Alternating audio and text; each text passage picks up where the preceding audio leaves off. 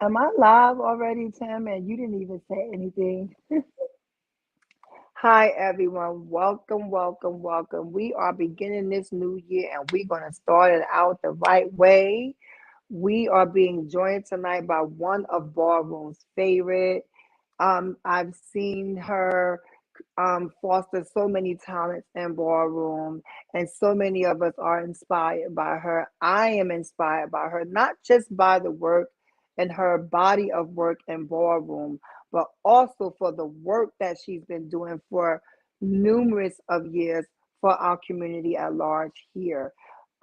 Like when I think about people who do the work, who can actually integrate showing you their talent, being celebrated in Ballroom, but also making sure that other TG and CMB people in the LGBT community, period, get correct services. Tonight, we're going to be talking to Meeka and we're going to be asking her some questions about the impact that Ballroom has had on her and what she's seen through a lens of someone who provides service and make sure that she's a caregiver for our communities. So welcome, welcome, welcome to Ballroom. We care, Meeka. Good. Hi, Tabitha. Thank you for having Thank me. you. Thank you. It's so weird seeing that clip. It's always Well, weird yeah. seeing So what clips. comes up for you when you see that clip? Um, just I don't know. It really still feels like yesterday. It really feels like I don't know. I know that clip in particular, like that ball in particular, and Monique. For a lot of people, I think when people meet me or like even just like outside in my work who actually know me or recognize me from Ballroom, that's one of the clips that they actually like reference a lot is the Catwoman. I don't think I ever go into any like performance or production thinking like, oh my God, people are gonna like remember me from this. So it's always very um, humbling and really just inspiring when I see it, and just like, when people come up to me and tell me that it means so much to them. So It does. That was the first time I it's got also introduced to you. I was embarrassing like, yes. Oh. to see it. So To see it. I love it. I love it. So I love you Meeka, too. tell us where you from. Where I'm from now, where I live in Yeah. Brooklyn. I live in Brooklyn, New York. I've been living Okay. I've been living in Brooklyn for I think maybe like 17 years, I think. Mm-hmm. Um, but I'm not from the United States. Like I was not born in the United States. So I think a lot of people, I don't know, maybe close friends of mine, they know that I'm not from the United States, but like but I've New York has definitely been like home to me my whole life. So Awesome, awesome. Well, see, that was my next question. Like, tell us about your upbringing, but you just did. You said that you're not from New York. And, I'm glad that you came here. I'm glad that a lot of other people who were looking for services, direction, and someone to just be there for them, someone to represent them in a way that it's so classy, it's so elegant, it's so motherly. It's just so many things when you think about Mika, that's what comes up for me. You were an activist, you were providing service, you have spoke in topics that most people shunned away from. And you did it with such eloquence and such dictitude without, breaking buildings down and and throwing bottles, right? But yeah. we know that there's Oh, we room can do for that that. too. Okay, because we're gonna say we know that there's room Oh, for we that can because do that too. yes, yes, I love it. Yeah. So, how did you get introduced to ballroom? Um, okay, so I came out in 95 Hmm. and I was like a peer kid, you hanging out and just like everybody was out at that time. I mean, there wasn't anybody that you couldn't run into that was a part of ballroom. And I'm talking about like real heavy hitters in ballroom, like going to the pier, you'll just be seeing people like voguing and like different houses, just kind of like interacting. And that was like, I guess, the first time that I actually saw ballroom like outside, you know what I mean? Like, but before that, I think I became familiar with ballroom from a PBS special when I was like maybe like 13 or 14 years old. Like I stayed up Mm. like really, really late. And there was this like documentary on, and Willie Ninja was like one of the people featured in the documentary, and he was voguing, and he was voguing up against a tree or something like that. And I used to just like, I was like, oh my God, like I didn't understand why I had such a connection to him or why I had such a connection to the art. I used to say that maybe it was because like I took dance growing up, like I was in performing arts, but I think I've come to realize that it was something much deeper than that. Like I guess when your spirit connects to something in a very deep and profound way, like this is what you're supposed to be a part of. I think that's kind of the connection that I made, but it wasn't until 95 that I was able to actually do that. And so, a lot of my friends, we were younger. And so we'd be introduced to a lot of people. And, a lot of the houses back then they used to have like, what do you call it? Like little house parties and stuff. So they would invite pretty much anyone, and a friend of a friend of a friend of a friend, invite someone. And then before you know it, you're at, exactly, Nicole. Nicole said all white with your glasses. Yes. Yes, Nicole. No, Yeah, Nicole was listen. there. Nicole was Listen, definitely before there. we continue, let me give one of Nicole. Share the live, and come on in the room. Nicole is my mentor, so just to even have her even be here, like it was so many others before me, who like yourself, who have exhibit their talents in so many different ways. So thanks, Nicole, for tuning in, and thank you, Monique, as well. Share the live, y'all. Get the people in here. Tell them Mika's in the room. So, do you remember your first time walking out? You told us where you saw it and you felt it in your spirit. What was the first ball Mika prodigy? Well, The the first, icon Mika. yeah, well, the first time, oh girl, the first time was I think mini balls. Like I started with mini balls, because I that was where I would say people really saw me and started taking notice of me from the peers. Like Hmm. anytime they would have like a little cipher or a little circle, and folks were like battling and stuff, and then I would just like, I don't know, I would just start doing some of the stuff that they were doing, and so people kind of knew me from there. And then I remember they used to invite me to these like little mini balls and stuff. um and it was really surreal because I'm someone who's not, I'm very introverted in a lot of ways. I don't think a lot of people know that. And so I have really serious like performance anxiety.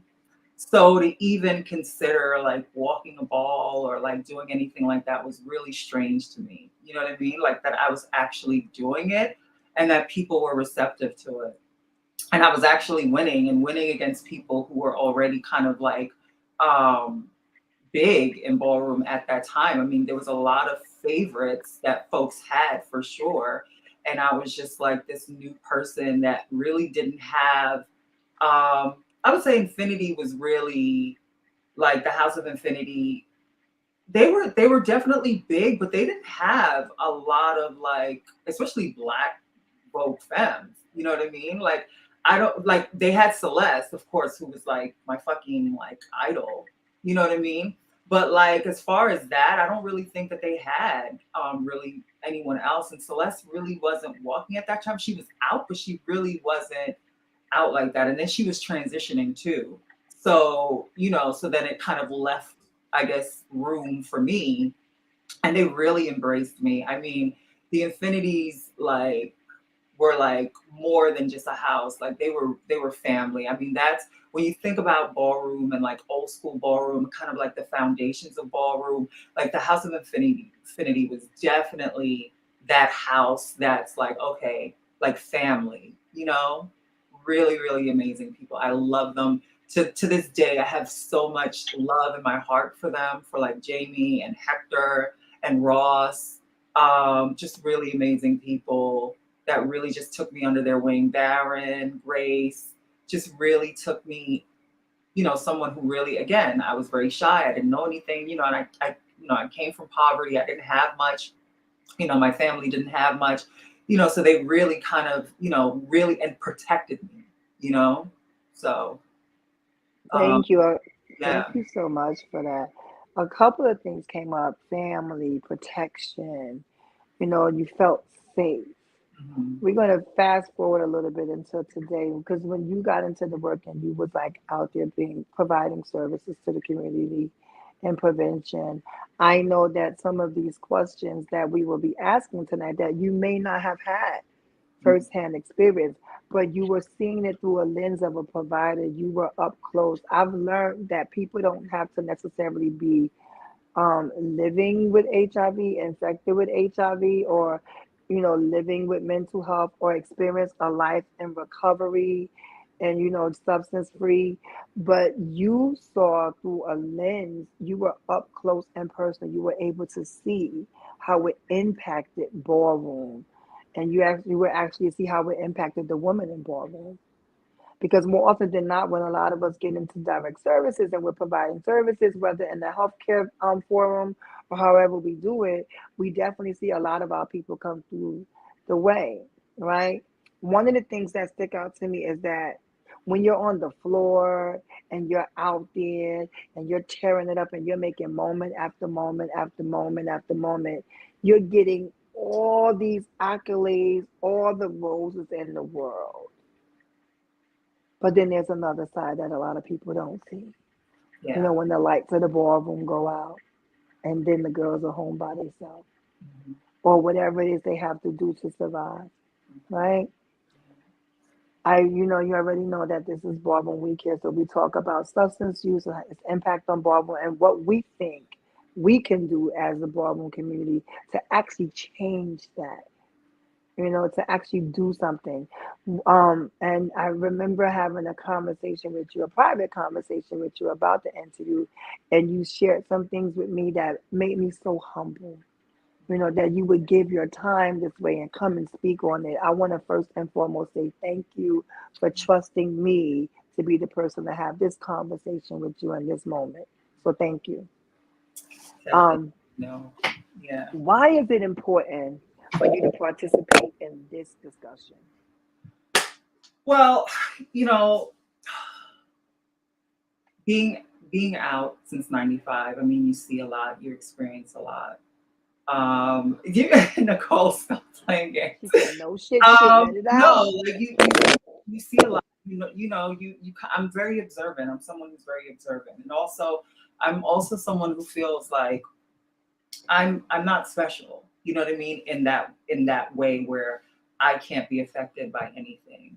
You know, so I have to always put myself in a situation where it's like, okay, well, what kind of person do I want to be for someone who's like me?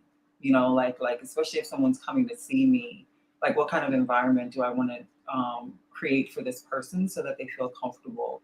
I've seen, also doing this work, I've seen how a lot of folks within ballroom, how they've harmed other people in ballroom, especially within ballroom and also outside of ballroom, right? So you have people that I've seen, that I've witnessed outside of ballroom who actually have careers, in service provision, and just really do a shitty job all around, and just the way that they treat people and the ways in which that they break confidentiality and HIPAA and all those things.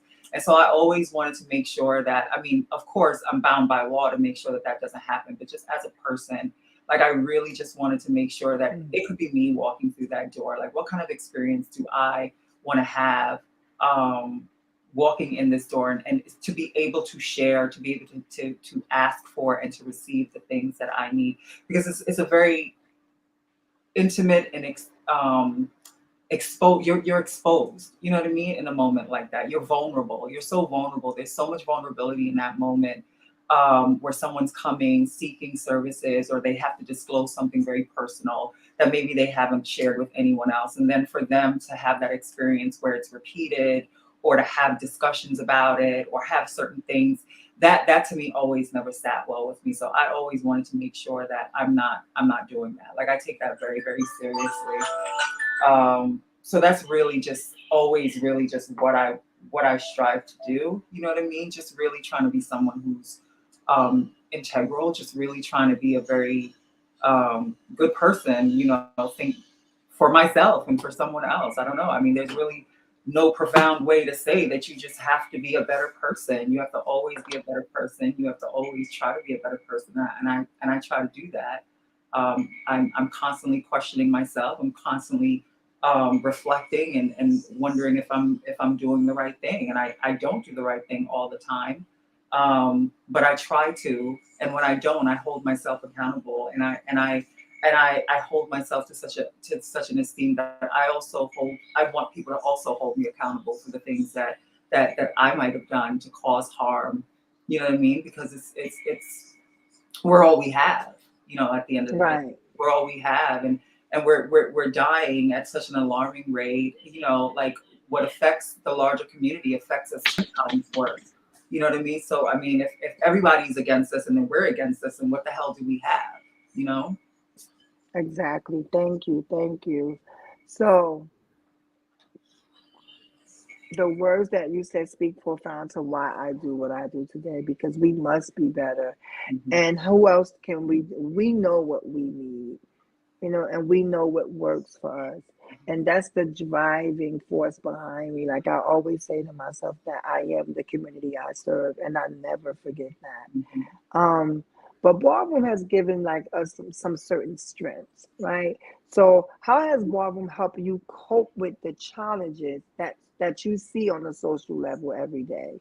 Like, what are some things? How has ballroom helped you, cope with certain things? What type of things have you brought from ballroom that you were able to transfer into your work? Well, I would say that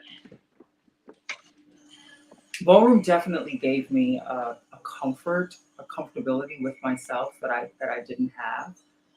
It's Mhm. still a work in progress because, like I said, I'm very much an introverted person, and so I'm constantly learning how to just put myself out there more, so to speak. And so it's like, I'm in situations where I have to be at the forefront. You know what I mean? And I think ballroom prepared me for that, because I'm someone who would rather, sit on the sidelines in the back and kind of like, give direction and kind of just allow other people to kind of like do their thing.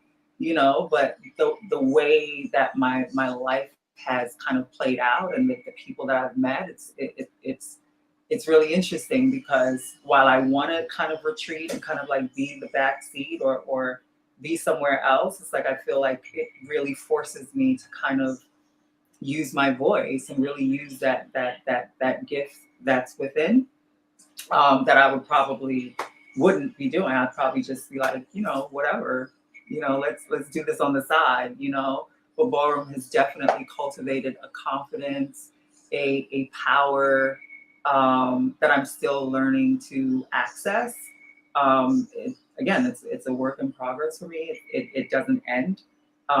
It's a journey, and I'm still unpacking and and learning new things and learning to do things differently and kind of push myself beyond those things that are comfortable, so that I can actually like live whatever it is that I'm supposed to be doing. I don't know what that is, but whatever I that like is, that.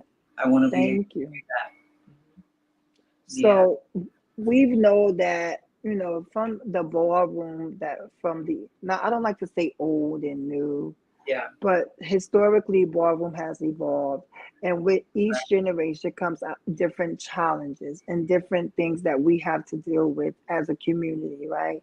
Like I said in the beginning, like it was always about the girl on the floor eating it, turning it, you know, and the glam, whether it was face, whether it was body, whatever. You had some girls who, rest in peace, are no longer here, right?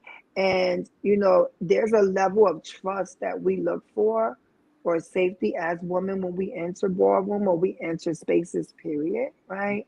So as we look over the years of the ones that we lost, the ones that are here, and the ones who are coming behind us. What are your thoughts about the current state of ballroom? Oh my God. Well, I'll say this. I think I don't like when we talk about ballroom as if ballroom was like a being or someone that we can hold accountable or someone that's causing harm, right? Like when I think of ballroom, I think of the people who make up ballroom, and people hurt other people or can hurt other people, right? And I think what I would like to see, I think, is just really us really starting to really hold each other and ourselves accountable, um, and also really start doing the work to divest from a lot of toxic shit, that no longer serve us, you know I definitely it's interesting to me when people say like old school ballroom and new school ballroom. Like that to me also feels very ageist, because it feels as if um there's a relevant ballroom and then there's a not so relevant ballroom. You know what I mean? And I hate that. But Dorian Corey, I mean, I'll never forget what she said. She's like, there's always some young person trying to get rid of the old guards and kind of just trying to do away with everything. I'm not a do away with everything kind of person. I'm a kind of person that looks at everything as a whole, and what's working and what's not working.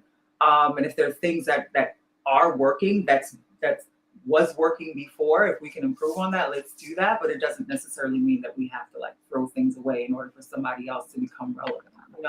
I see a lot of people wanting to kind of like take away someone's credibility, someone's achievements in ballroom in order to feel as if they have purpose in ballroom. Like you don't have to do that. Like you can still be and receive all of those things that you feel that you need to receive or you deserve, without making it seem like you have to get rid of everything and everyone that has probably came before you.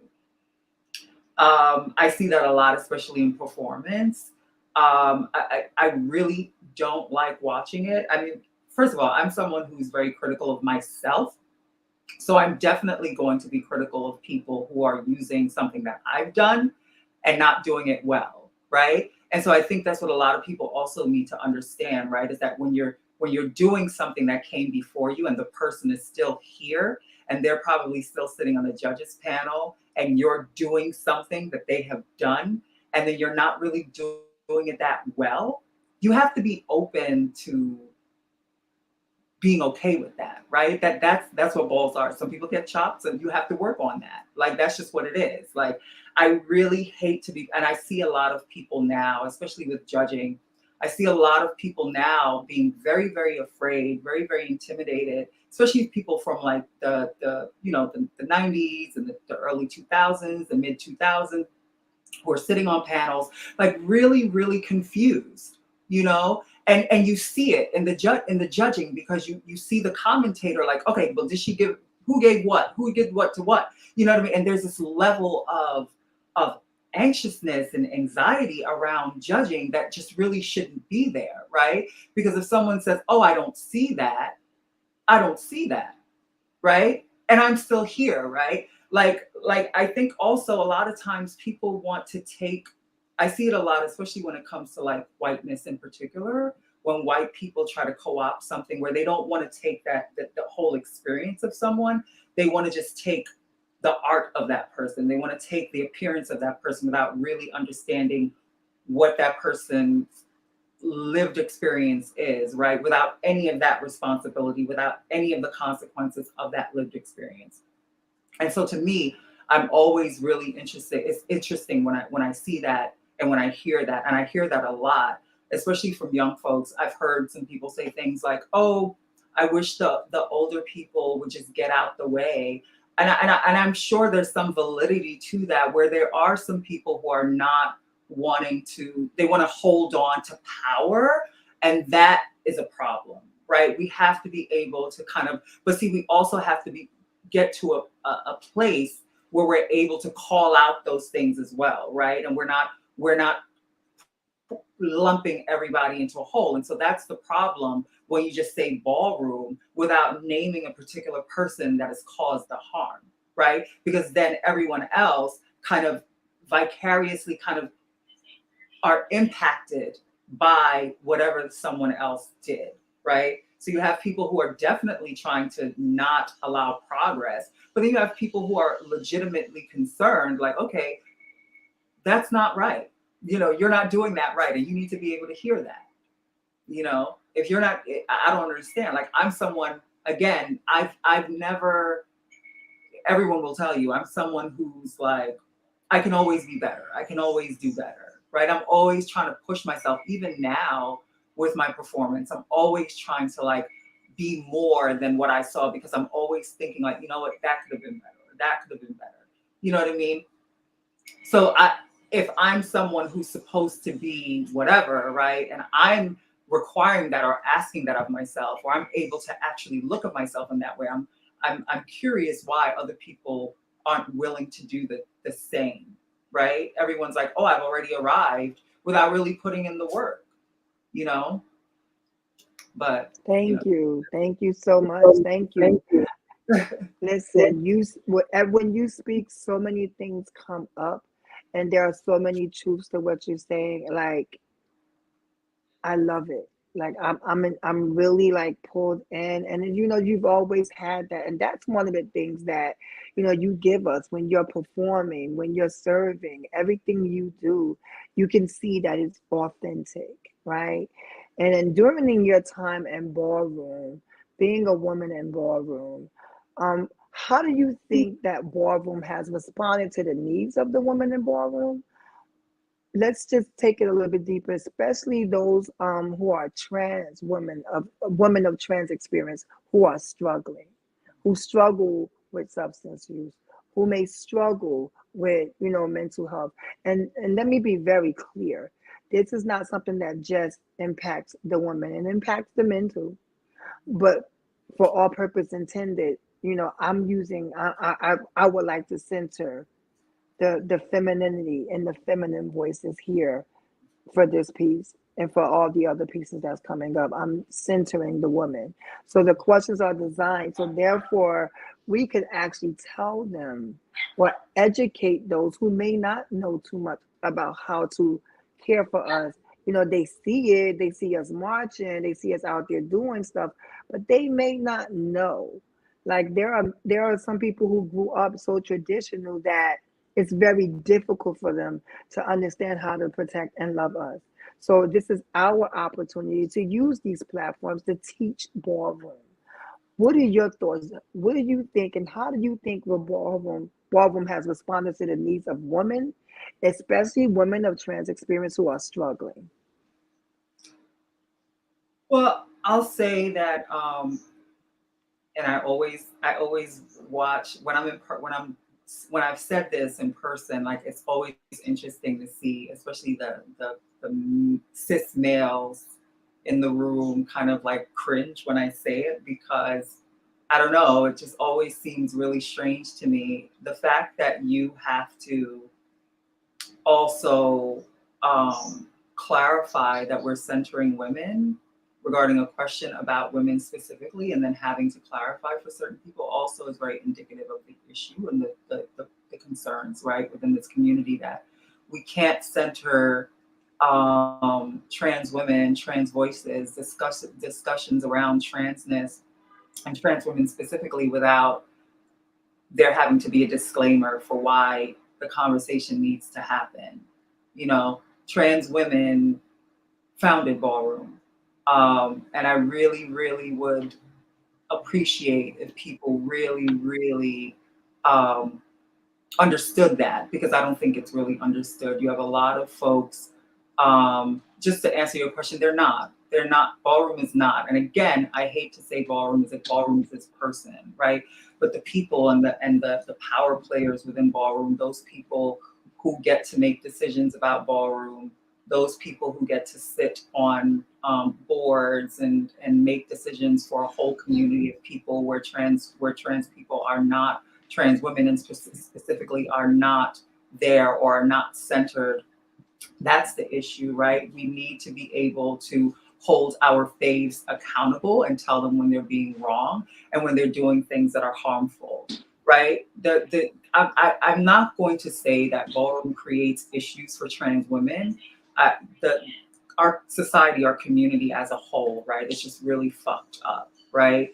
The anti-trans, anti-black, white supremacy, like all poverty, um, um, mental health issues. I mean, there's so many things that systemically oppress Black and Brown people, right? But when you have marginalized communities that are marginalized people that are already in a marginalized society or community, right? They're going to feel that marginalization and those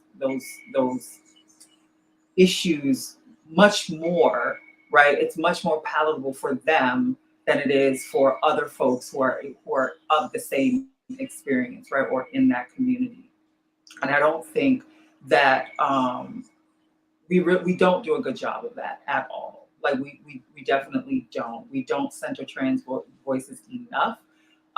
We're constantly um, turning we're making trans women jokes. I mean, we're having conversations. We're still having conversations about trans body parts. I mean, we're still, just it's not good. And I think we need to do better. And we need to start calling out those people who aren't doing such a good job of serving us, right? I for one, I'm tired of trans women continually doing the labor and doing the work and being showpieces for people who really don't care about them, who really don't support them, who really don't have their best interest at heart, right? Who have side conversations about said women, right? But can still call them mother or sister or sleep with them, right? And that to me, again, we need to really start holding people accountable for that. I'm also going to charge trans women to really, really be careful and really, really think about the people that you align yourselves with, right? That making sure that those people aren't just using you, that they're really there to make sure that after those lights are out and you won that trophy, or if you didn't win at all, or if you got chopped, that they still have use for you, that they're still concerned about your well-being, that they still want you to thrive, that they still want you to survive. Because again, trans women are murdered constantly, constantly, daily. 2021 was probably the deadliest year for trans women, right? And crickets, crickets on social media, crickets, right? That shouldn't be. That shouldn't be. You know, I definitely, for myself, I can only speak for myself, but I definitely don't do anything, and I definitely don't align myself with anybody that doesn't have my best interest outside of ballroom. Not just me, but doesn't have a heart for our community. I cannot align myself with people who have jokes about trans women or will make memes about trans women and use trans women or trans issues as a way of eliciting anti-transness in a post, right? It's disguised as being funny or as a comment, but it's really meant to really harm someone else. And when someone says that it's harmful, they're quickly silenced, right? And that shouldn't be. That shouldn't be. I really would Thank you. love to see trans women not ask people for anything, but really take back what is rightfully ours. Period. Thank you. Thank you. Thank you. Thank you so much. I was just having this conversation the other day with my sister, and we were talking about that. There were a couple of instances, and it's like they celebrate us when we're out there. When you're walking and you're on the floor rolling around, whatever you're doing, whatever your category is, and you're executed, and they're walking you out, and they're cheering you on, and they're screaming, and you're good, and but the lights of the ballroom go off, and most of our counterparts can show up and go to work the next day Mhm, and continue on their lives.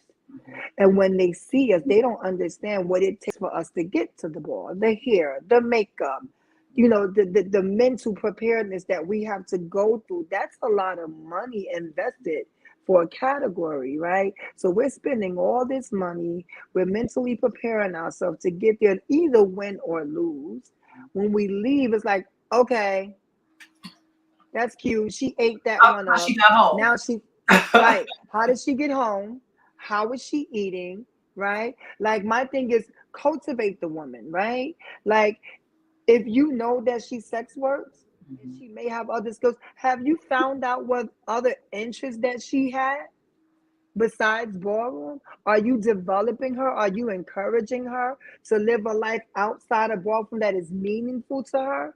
Or are you just making sure that she pay her dues and you Right. buy her a little unit and you throw her in something and you put her out there, and then at the end of the ballroom, she's going right back to the hotel to make that money up that she paid for her outfit because you didn't help her, Right.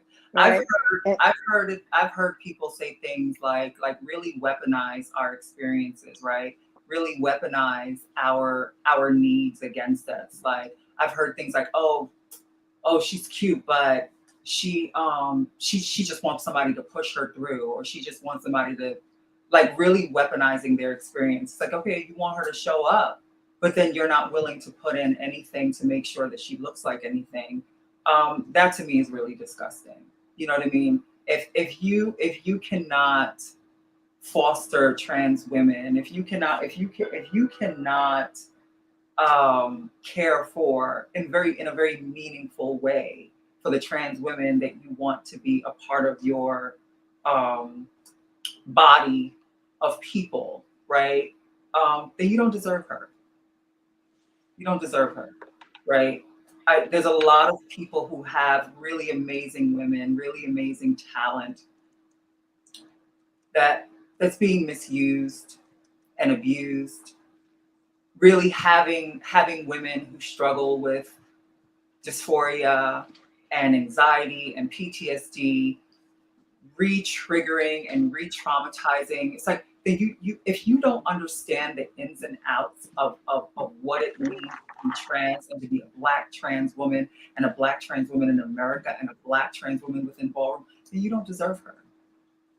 You don't deserve her, ooh, and you shouldn't. You should not. You should not even be allowed to be near her, right? thank you. Because And that that's leads, hold on, that leads me to my next question because it ties right into it. So since we're on that, I just want to throw it in there just so we can hash it out a little bit more. I didn't mean to cut you off, but tell me a little bit about what do you think, tell me about what you think about stigma and shame in ballroom and how it impacts someone, a trans woman who may be using drugs or is looking to seek help, right? Let me give you a scenario, right? So there are a lot of young trans women who are experiencing harm, or using, like not using harm reductive lens to using to, say for sex or substance use. However, right? And there's this thing about you can't go to an icon, or you're looking up to Mika and you can't go to Mika because there's a level of shame just to openly admit that you are struggling, because we're, as black people and as black women, we're supposed to have it together all the time. We got to be there for every meeting, everything you need us to do, bring everything together. But let us be struggling with something. Mhm. And it's, well, I got my own thing going on and we doing this over here for that one. It's a lot of that goes on, but there's stigma that's placed on it that disempowers us for actually verbally saying that we need this help, right? So, tell me what are your thoughts about stigma and shame as it pertains to women in ballroom who may be struggling with substance use or mental health? So one thing I've realized is that people, especially now, they're very open about their use, especially with people that they're also using with. I think for me, it's not so much that someone is using. I mean, historically, I mean, we've used substances for many different reasons for religious purposes, or I mean, drugs in and of itself are not bad. Um, but it's why we kind of use to excess to where we're kind of harming ourselves. Like I'm more concerned about the harm, right? That if a girl Right. is using, does she have clean supplies? If a girl is using, is she connected to people who have her best interests when she's using? Are they do they know what to do and how to respond when someone, if she happens to have an overdose, right? Do they know how to respond? Or are they just gonna leave her there to die? You know, is she connected to people that she trusts so that when she's in that situation that she'll be safe? I think for me the only thing that really, and that's really kind of what I like to tell someone that I meet, really, because a lot of people, they don't want to tell you. They're very open about the people, about using with the people that they use with. But for someone, especially for someone who doesn't have a substance use history, it's always very hard for someone to say, you know what, yeah, I do use. So what I really like to do is I'll carry stuff with me. You know what I mean? Like I'll carry clean supplies with me. I'll carry a Narcan kit. I'll carry certain things with me that I know that if I see someone who's struggling or whatever. I mean, there's also sometimes where I'm maybe at a ball and I notice something, like I'll probably whisper to someone that I feel is very trusting to kind of like help me to intervene with somebody. That has happened, not often, but maybe like once or twice. I'm someone who, I mean, I've had to intervene during overdose. Like I've had to administer Narcan. Like I've had to. So it really is up to that person whether they trust you or not. If someone doesn't trust you, they're not going to be open, and that's okay. That's okay. Like Because I'm not going to force anyone to do anything. I think the only thing I can do is I can change the way I talk about these things so that if it ever happens that someone wants to come to me to disclose something to me or to request assistance from me, that they know that I'm the kind of person that they can actually request that assistance from, right? So that means that my social media has to also be reflective of that, right? That also means that my private conversations have to reflect that as well, right? Because a lot of times people really fail to realize that people get information whether you know it or not, right? And they're watching and they're looking. So you might have said something on a post, or you might have said whatever, and you might be someone who in ballroom is like really respected and you're out here doing the work. But let's say that one person took offense to maybe something you did and it was very triggering. That person's not going to come to you.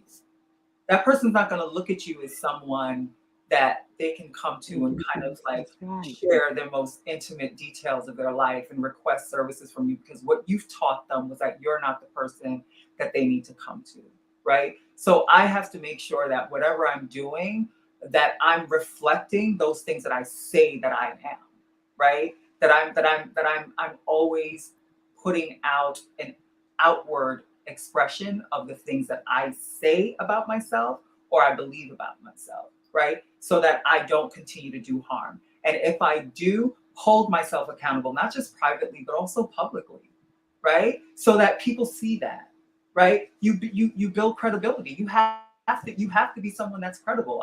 I'm not going to go to somebody that I feel like, you know what? Let me. So I used to live next to Jacoby Hospital, right? And I remember one day I was like really, really like, I don't know, I was having some real like chest pains, you know? And I was like, oh my God, like what's going on? Like I need to go. Usually, and I've heard other girls, they'll sit home. They're like, listen, I don't want to have to deal with that. Like I don't want to have to run into anybody. And I knew that there was someone at the hospital that worked in the triage that I did not want to run into, because God forbid they tell me something, right? And this person has access to my information. I did not want that getting out because of the ways in which I had seen this person um, conduct themselves and express themselves. You understand what I'm saying? So you have to be very careful. If you call yourself a provider, if you call yourself a nurturer, if you call yourself a mother, if you call yourself a community leader, you have to actually be that. You have to be that through and through, right? It has to be reflective, right? And when you make a mistake, you have to publicly apologize. You know? So I'm loving this conversation, and thank you. Like, I know I keep saying thank you because you're just dropping so many I thank gems, you. and I this is why this conversation was so important. So they will be able to hear. So for everyone under the sound of my voice, I thank you for tuning in. Please share this live. We're about to get into it. We're about to switch gears a little bit, but I definitely, definitely need this to be shared so people will get this information. Um, wow. Thank you. thank you. It's just, just accessing and receiving care. I've always said that. Like, I know when I'm doing this work, I use a lens of restorative services, right? I use that lens because it's important, because I know that our community has been harmed from accessing healthcare. They've been harmed in care. They've been harmed with coming to organizations looking for help and being felt to me like they were less than or like nothing because they were sex working and they probably just came off the stroll or came off a run and was very tired and was ashamed. And they see that one person there who they think, if they have access to their information, will be all over Ballroom or somehow subbed in social media. This is some of the things that happen. This is why I'm ever so mindful. And thank you for saying that, because it just reinforces why I do what I do and why I do it the way that I do it. Because it's important that it's about trust, it's about safety, it's about providing service in the reparative and the restorative lens, that our people will access and believe in the health system again, and believe that we can remove housing instability, believe that the drugs, yeah, it's going to be there, it's how you use it in a harm reductive way. You see, that's what I'm talking about. And that's why I'm so passionate about this work. I knew I had to interview you. Through our conversations, I had to bring this conversation to the forefront. So thank you again. And we know now, like, there's so many different deaths. There's so many different things that happen to trans women yearly through violence. However, however people make up their stories. But there's also another side to that speaks to the mental health piece and the substance use piece. We know that in every era there was something. There was cocaine for this era, there was crack for this, there was the heroin epidemic. Now we have crystal meth. And they're killing our youth, snuffing them right up under our eyes. Some of our friends, someone just passed away today, from, like, this is what I'm talking about, right? What are your thoughts on crystal meth use in Ballroom? Listen, so that's a very sensitive topic for me. I've lost a lot of. Okay. I've lost a lot of people to substance use. Um, you know, I mean, honestly, what that really speaks to is just how much work there still needs to be done, right? That the conditions for why Ballroom had to be created in the first place, that they still exist, that those inequalities, that those insecurities still exist. And so I think that's why I'm always so, um, I don't know, I guess you can say militant or revolutionary or vocal about it and about other people coming into ballroom and kind of benefiting from ballroom, without really being connected to its struggles in that way, right? I'm not saying that they need to struggle, um, but the fact that folks can use ballroom and, in a sense, almost erase the people who helped to create ballroom, the people who are most in need, right? That those people continue to be left behind. Oof. And so for me, again, it's really about education, really allowing folks to understand, um, what support is out there for them, and how they can actually access, if it is crystal meth or if it's coke or if it's crack, whatever it is, that they can access these things safely, right? But also accessing mental health, also accessing, medical health, also accepting therapy. I mean, all of those things go hand in hand, right? It's never just the drugs, right? There's something else happening that we need to really take a look at and understand what is happening. Why is there such a frequency? Why is there such a pandemic, right? Pandemic level threat against this community. And I really believe, again, that it stems from the systemic racism and anti-blackness and anti-transness and Yes. poverty and food insecurities and all those things that the larger community, black and brown community, face, that we experience that harder. And we I think, for us, and I think you're doing that, but there needs to be more people who are doing that as well. You know what I mean? We're really trying to meet that need, right? With housing, with jobs, not just food, because people get hungry, but also teaching people how to use safely, understanding why they're using, right? And really start to unpack some of those things, and schemas that they've grown up with, that maybe made them feel like they're less than. Also, a really big part of it that we don't talk about, it's good. It feels good.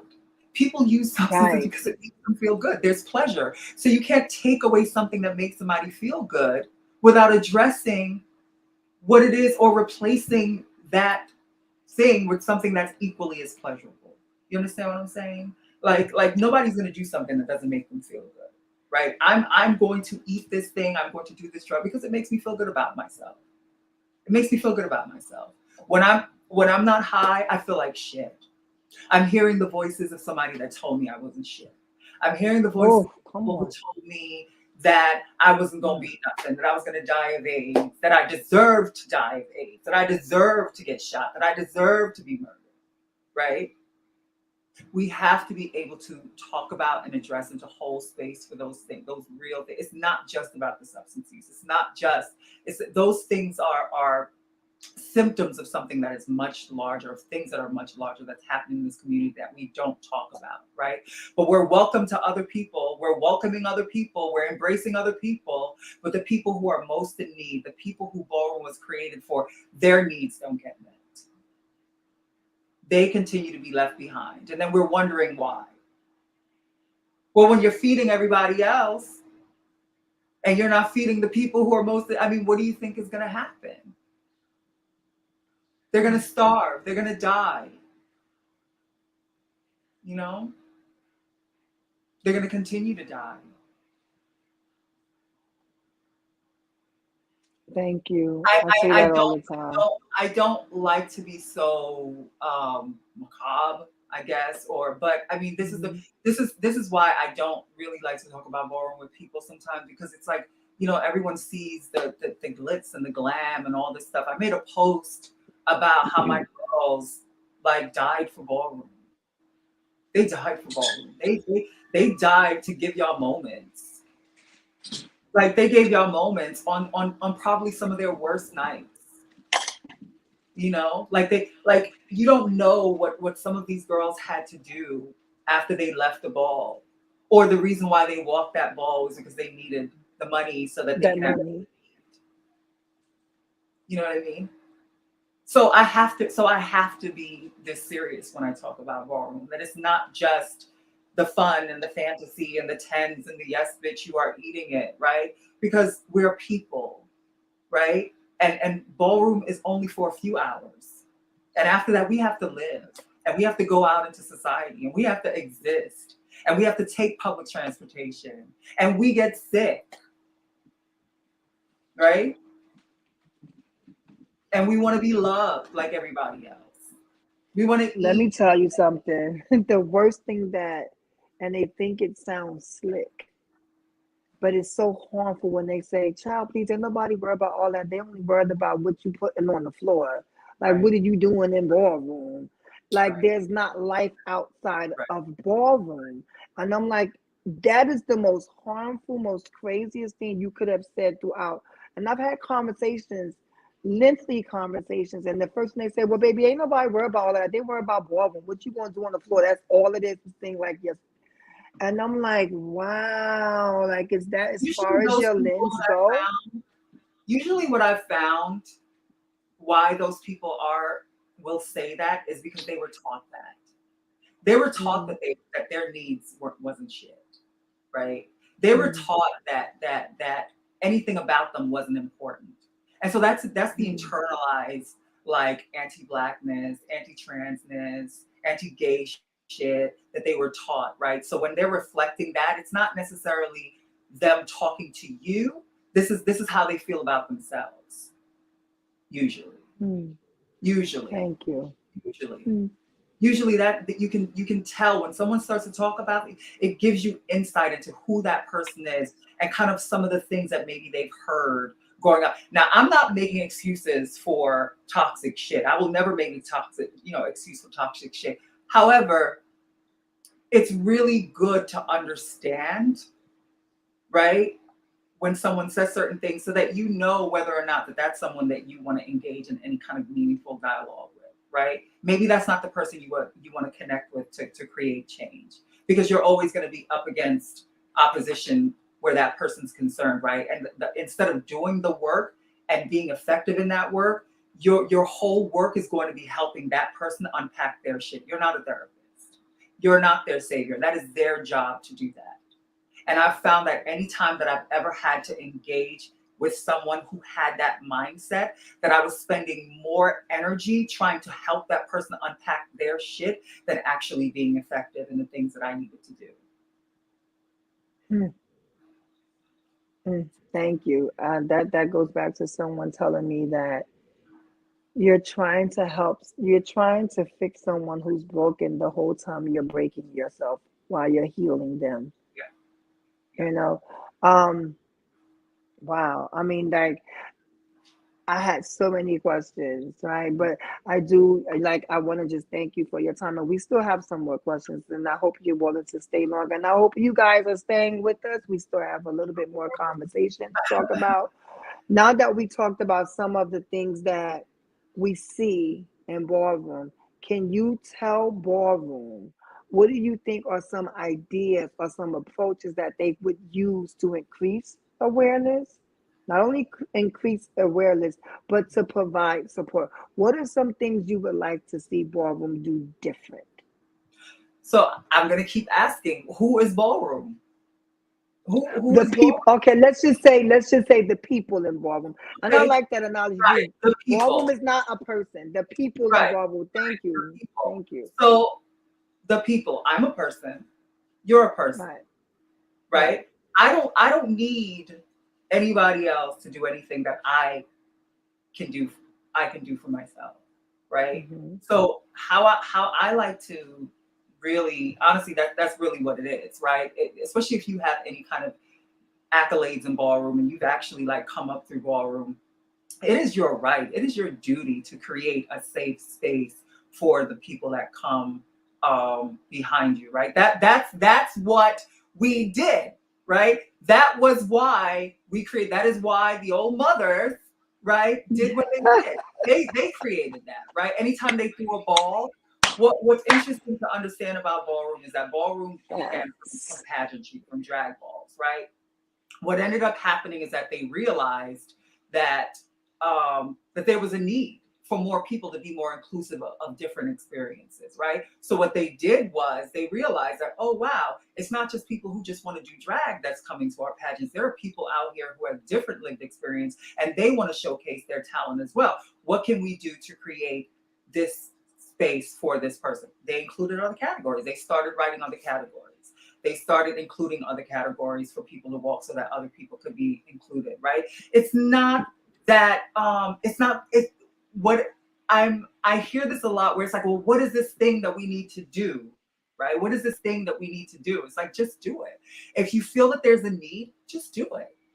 Right? If you think that there's a category that's missing and you have any kind of whatever in ballroom, or you do anything that's community based organizing, you include something that creates space for someone of an experience that you feel is not being served, right? You do that. We have to do that. Like there's no one else that needs to do something that if you see the need, then you're probably the person responsible for doing it, for making it happen. Oh, right. If you think that something needs to happen and nobody's doing it, maybe you're the person that needs to do it. I don't need nobody to tell me anything. I'm gonna always be Meeka, regardless. I don't need a house. I don't need a title. I'm gonna always be Meeka. Period. So if there's something that I see that I need, or that there's a need in ballroom that needs to be filled, I'm gonna do that. I'm gonna do that. I'm not waiting for anybody. I'm not waiting for permission. What permission from who? I hate that, because there are people in ballroom who actually have given themselves titles where they feel like they have the power. And I'll say this, right? Especially when it comes to like deeming and all those other things. Like, yes, I definitely feel like there needs to be some kind of like council. I definitely feel like there needs to be people who are more have a handle on that, right? But if everybody's not represented in that whole collective, then it's bullshit. And if we're all not ascribing to the same standard, then that's bullshit, right? I don't need anyone to give me permission to speak out against the fucking injustices that trans women face. I don't need nobody to tell me that. I don't need nobody to tell me or give me permission to say that trans women are being harmed by cisgender men who want to gatekeep ballroom. I don't need permission to say that. I'm gonna say that. I'm going to do that. Right? I'm liked, but I also feel like people are liked because they don't hold other people accountable. You don't have to like me. You don't have to like me. If liking me means that I can't hold you accountable when you do wrong, then I don't need you to like me. It's bigger than me. Ballroom is bigger than me. Ballroom is going to be here long after we are all gone. When I'm gone, all Crystal LaBeouf's gone. Pepper LaBeouf's gone. Dorian Corey's gone. My sisters are gone. Ballroom is still here. Ballroom is enduring. Right? It's going to always be there. So if there's something that you see that needs to happen, and it needs to happen, then you're probably the person that needs to make it happen. Thank you. Thank you so much. Yeah, I think that's basically it, right? Like, if you see it, then do it. And I'm glad that was such a great insight to stop saying ballroom. It's really the people in ballroom, Right. you know? Right. And I came here to educate. That's why this platform was created. Is to educate and to give voice to ourselves in ballroom, right? This is one of the entries that I have learned so much and got so much insight. But me and you have these conversations without the camera on. Like we pour into each other because we know the importance of it. So for me, you're right. I would like to see people in ballroom do more. Do it. Like when we had the cookout, the New Jersey cookout and the New York, and that was beautiful. I was so happy to be there. We were giving back and feeding each other, and it felt like family. I was able to talk to people who I only seen once in a while, and it felt good. You know, I think of some of my women that are now incarcerated that we see walking down the street and we walk by and we take video. And Mhm. how have you sat and talked to her? Did you ask her if she was Right, hungry? Why right, are you keen about her? right. Why are you not doing nothing? There's very few people, and I just saw his name, so I got, not like Nicole and James. Like there's a list of people who have provided services and did what needed to be done in their season and still are willing to continue to do it. And that's what we need. That's what we need. And Absolutely. that's what I think that will help us pull better and heal from some of the traumas that we have lived with in Ballroom, right? Um, I'm trying to look at my questions here because this was like there's so many questions that you have already answered that it would make no sense for me to even ask you the question. You see what I'm saying? And that's how it happens, right? So what is the greatest takeaway that you have from Ballroom? Oh my God. um, Wait a minute, let me rephrase that. From the people in Ballroom. well, yes, but I'll say this. Ballroom is definitely one of the great revolution movements of our age, our time. Um, it's right up there with in, I'm not going to say just for me, but it's right up there with civil rights, with the civil rights movement.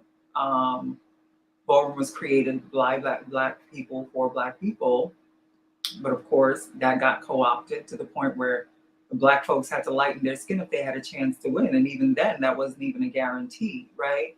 Where you have someone, an angry black trans woman, saying enough is enough, and partnering with another black trans or identified person or of that experience, right? Partnering to create something that is specifically that's become this global um, phenomenon, right? That's just like, I mean, that to me is just the power of just two people, the power of your voice, the power of your no, the power of I've had enough. I've had enough. I'm not going to do this anymore. I'm not. I, there's something else, right? That's what I mean when I say who's Ballroom. What is Ballroom, right? Because Ballroom was just those two individuals. It was Lottie and Crystal, and look what they created. Just two Ooh, people. Just two people who were like, you know what? I'm divesting from this shit. two women. Two women. Women. Okay. Exactly. You Exactly. see what I'm saying? Yep. And that's why this was intentional. Because I think sometimes like when we do so many things that are innate, like mother, foster friendships, have kids and do that, like how are we really taking care of our own? Sometimes you don't need the title. You are the title. Sometimes you don't need for people to do it. You have to do it. You see what I'm saying? And Look, that's what makes it works for me. I knew that I wanted these conversations to come forth. I've had these conversations with so many different, siblings and sisters and Ballroom and nieces and nephews, and then just engaging it. But I knew that it needed to be heard. I knew that this needed to come to the forefront. And you're right. I didn't wait around. I got my brother Tim and we put it together. And that's how it works. And that's how it continues to keep moving. And that's how we're going to be agents of change right, and restore and get us back to the kings and queens that we truly are you know, and there's walk in our greatness. that when black women get free, everybody get free. Say it again, please say it again. Yeah. When when black women get free, everybody get free. Because it's not just she takes everybody with her. She takes the There you entire go. community with her. You know?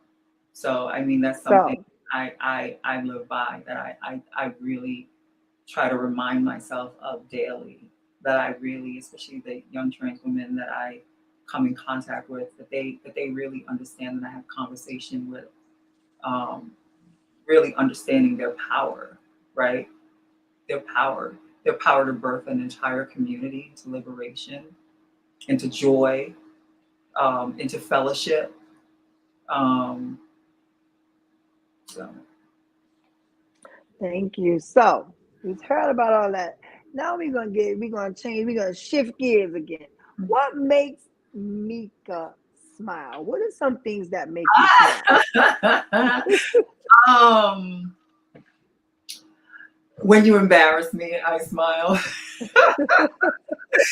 um, my daughter, my family. Um,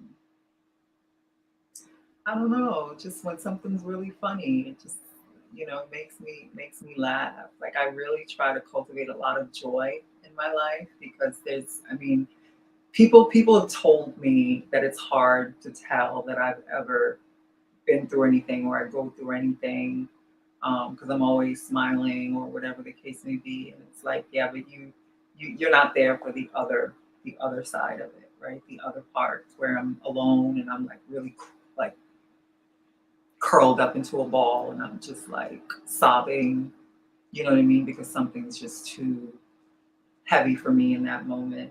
Um, so when I can smile, I take every opportunity to do that, because I recognize and I understand just what it took for me to get there. Um, that sometimes there are not that many days where I actually have the ability to, but to remind myself that, I'm here, that I am loved, that I'm surrounded by love. Um, so that makes me smile. Yes, I love you so. So I know that we had these two clips of you, right? Because you make us smile. You bring such a joy to the world with your talents. Tim, bring that clip up so we can get a little Mika going on up in here. Let's put a little stank in the session. Tim, if you there, play the clip for us.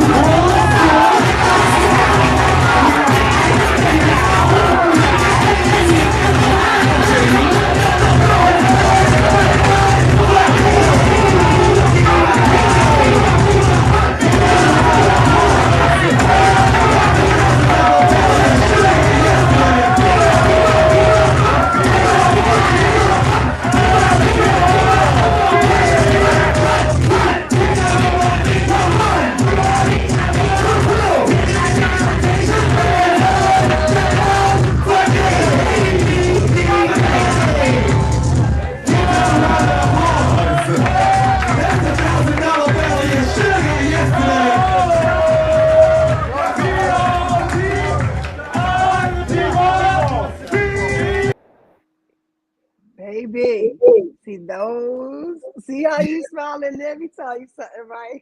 No, I'm smiling Oh, because of Deja. Like just afterwards, like yes, yes, you got it, right? Rest in peace to Deja. Oh my God, you. And this is what we say when the girls have give their all to create these historical moments, and these moments that bring us such joy and such love. And I know in my heart what I would have given to have been able to interview my Deja or Yolanda or the girls who have gone. This was so profound. And it means so much when we can revert to that. Like there will always be those memories. But my thing is what we do in the here and now today to make sure that we continue to thrive as women in ballroom. And I needed to see that. I needed to just show everybody. And I remember me being in the back and I was trying to get your person. I was like, go, remember?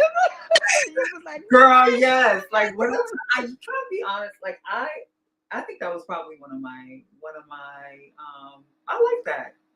I was definitely um happy. Like I noticed like when I'm happy or I'm feeling good, my performance is definitely very different. Like my performance is for me, I don't think it's ever really the same all the time. Sometimes I don't know.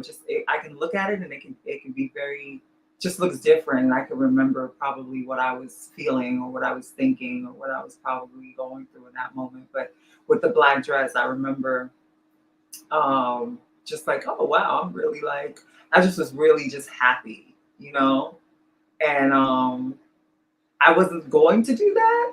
And I think you kind of like said, go ahead, girl, I got you first. I was like, oh, tell the girl, I just walked in here. But I'm glad I like did. I I'm glad you made me do I that. was like, no, ma'am. I was like, no, ma'am. Get these flowers right now. You deserve them. And the pray for thing because you was still on the fence. But then Yeah. Ashley came. It was like, move. And Yes. Ashley, when I tell you, Ashley, there's a few people who really like pull stuff out of me, just like just seeing them and knowing that they're there because I know that it's genuine and I know that they know me or they know a side of me that's very that's not like that it's more than that. You know what I mean? It's like they see the woman, they see the person, like they see the whole person, right? Not just the moment. So I'm always grateful when there are people there that I can connect with in that way. So I'm grateful for you and so, I'm grateful for her and I'm grateful for and you know, I'm my grateful dad. for you. I love you so much. I love you so much. You already know. You already So we're not gonna hold y'all longer. I just want to ask a couple of more questions and we can go. I promise y'all we're gonna let y'all go, but I promise you, if you guys were like educated, if you guys felt anything from this, I want to start seeing some hearts from you on Facebook. Start throwing them hearts up there because we about to close out soon. But seeing seeing Deja and remembering the Yolandas and everyone who brought us so much joy in ballroom, Danielle, my mom, can't leave the live without mentioning some of our late greats. What I know. want to say is what I would have given to hear their voices today, to sit here and tell their story, and for us to learn what we could have done to help them. We have some more amazing people coming up soon, but I had to bring you here, and I thank you for coming here and holding space with me. It means so much to me. But I want, everybody got to know, because that's always the question going around, your top five, your top this, your top that. We're Yeah. not going to do that today. But what we're going to ask is, in ballroom today, who are some of your favorites? Oh, it could be anyone. Yeah. Okay. Um, well, I love the Garcon girls, Hmm. Milan and Mermaid. Like I fucking stand Hmm. them. Um, I performance girls. I got Tamaya. Um, some of my what are the other girls? I'm trying to think. Oh, Asia. course. Um, I like Pussy West. Um, Hmm. just like a few people that I'm just like I see I'm gonna them. pull your Feel heartstrings. like I'm they gonna get pull you. it. You know what I mean? Like when you look at certain people, you can just tell like, oh, this person get it. Like not only do they have it, but they get it. Like that's what I know someone who touches your heart. who. Adam Alpha Yeah. Omega. Yes. Yeah, my little doublemint twins. I love them. I love them. Yes. Adam and Uma. Yes. Definitely, hands down, definitely. Oh, thank you so much for being here. So, what's next for Mika? I don't know. We'll see. We'll see. You know what's so funny?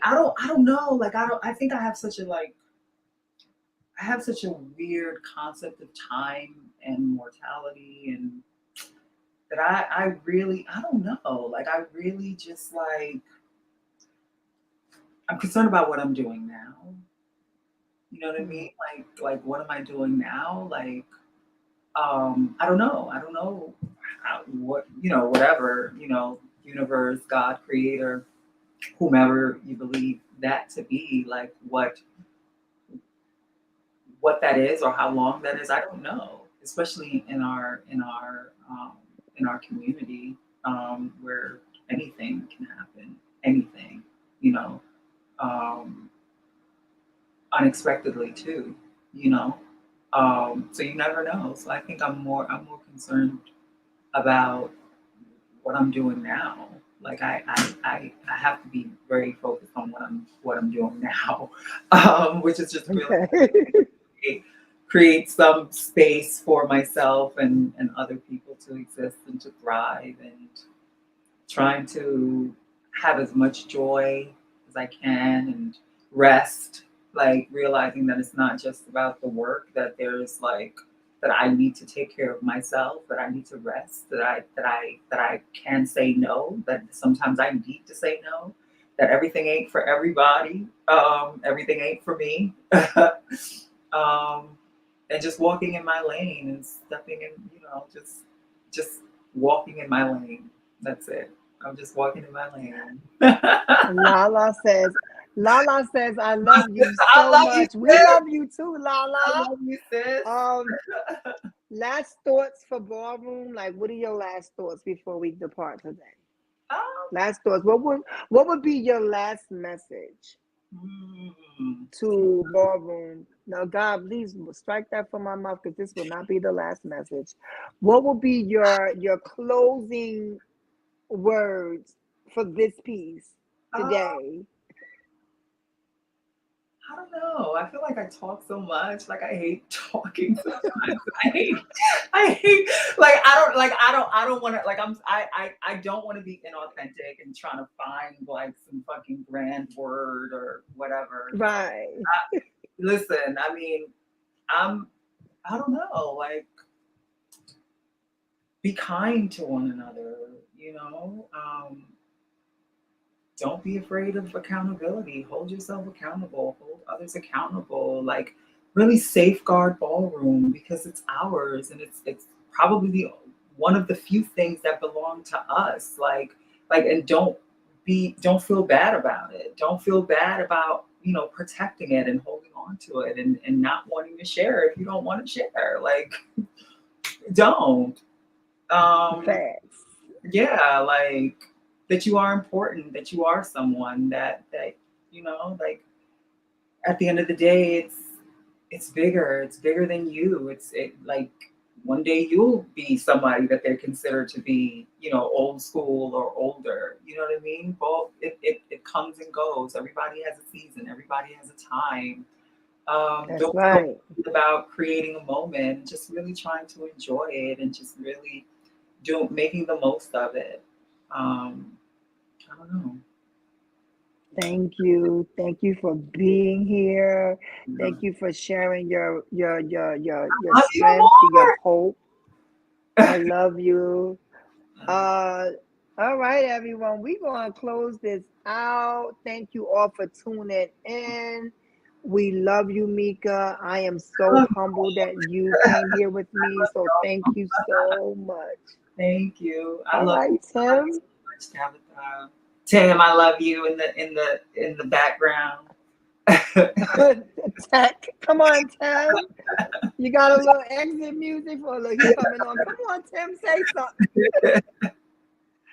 So yeah, first, we want to say thank you to Ballroom We Care for even, having a platform like this that we can actually talk about these things that are important. You are definitely a part of the change. Shouts to you and Uncle Mike and the team over there, Jose Disla, Johnny, and everybody, and Nicole who take part of, for anything that you can do. Oh, let me not forget my bro James, because you're part of the team too.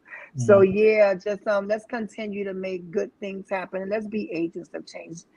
You got any words you want to say, Tim? No, thank you. You have did an amazing job. Thank you. Yeah. You so kind, Tim. You so kind.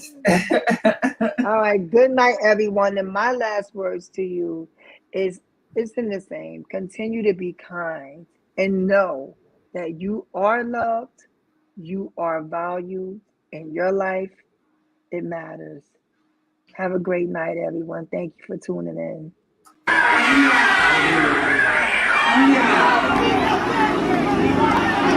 don't know about you, Miss Kitty, but Mika's looking yummy. Now,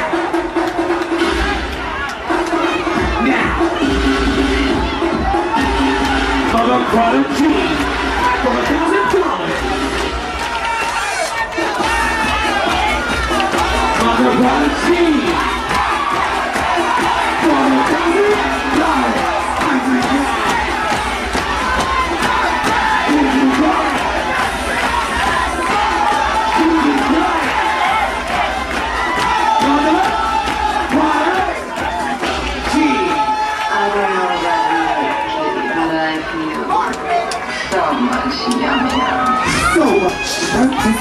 So much number. Now that we got $1,000 up here. So much money. Now we got $1,000.